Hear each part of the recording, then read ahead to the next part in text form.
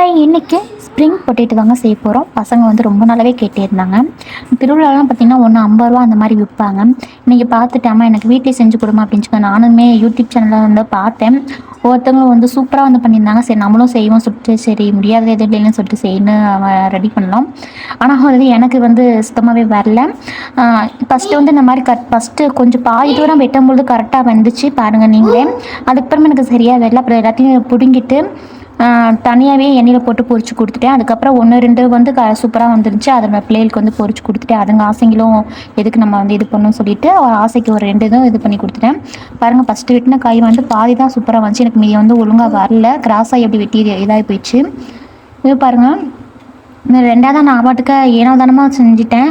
சரி எப்படியோ வந்து அவங்கள்ட்ட ஏமாற்றி கொடுத்துட்டேன். ஆனால் 2வது 3வது உருளைக்கிழங்கு பார்த்தீங்கன்னா நல்லா சூப்பராக வந்துருந்துச்சுங்க. இது வந்து பிள்ளைகளுக்கு நான் செஞ்சு கொடுத்துட்டேன்.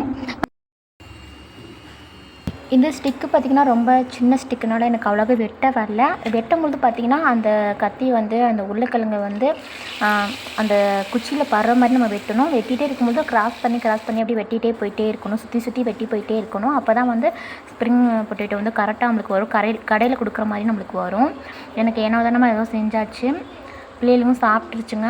இது கூட வந்து பார்த்திங்கன்னா வெறும் மிளகுத்தூள், தனி மிளகாத்தூள், அதுக்கப்புறம் கார்ன்ஃப்ளவர் மாவு கொஞ்சோண்டு, அதுக்கப்புறம் தண்ணி அதில் ஊற்றி உப்பு போட்டுட்டு சும்மா அப்படியே பொடி மாதிரி கலந்து அப்படியே இந்த கடையில் கொடுப்பாங்களா அந்த மாதிரி உருளைக்கிழங்கு அப்படியே மேலாப்பில் ஊற்றி விட்டு அப்புறம் எண்ணெயில் போட்டு பொரிச்சு எடுத்து கொடுத்துட்டேன். இது சரி அவசரமாக செஞ்சனால வந்து எனக்கு சரியாக அவ்வளோ வரல. ஒரு நாளைக்கு கண்டிப்பாக பொறுமையாக நம்ம வந்து நல்லா சூப்பராக செஞ்சிடலாம். ஓகே ஃப்ரெண்ட்ஸ், நீங்கள் இந்த வீடியோ பிடிச்சா லைக் பண்ணுங்கள். நம்ம சேனல் மறக்காமல் சப்ஸ்கிரைப் பண்ணி வச்சுக்கோங்க. இதே மாதிரி என்ன தூள் பார்த்தீங்கன்னா அந்த மேகிக்கு பாஸ்தா கொடுப்பாங்கள்ல அந்த மசாலா வந்து கொஞ்சம் வீட்டில் இருந்துச்சு. அதை மேலாப்பில் போட்டு கொடுத்தேன். என்கிட்ட வந்து அந்த மைனஸ் அதுக்கப்புறம் வந்து தக்காளி சாஸ்லாம் இல்லை. கடைசியாக பார்த்திங்கன்னா அந்த எல்லாத்தையும் உருவிட்டு மொத்தமாக போட்டு பொரிச்சு எடுத்துட்டேன். பாருங்கள் எப்படி தோசை மாதிரி வந்துருக்கு பாருங்கள். அப்படியே ஒட்டிக்கிட்டு ஒன்றுக்கு மேலே ஒன்று ஒட்டிகிட்டு வந்துருச்சு. கடைசியாக இந்த மாதிரி பொரிச்சு கொடுத்துட்டேன். பாய்.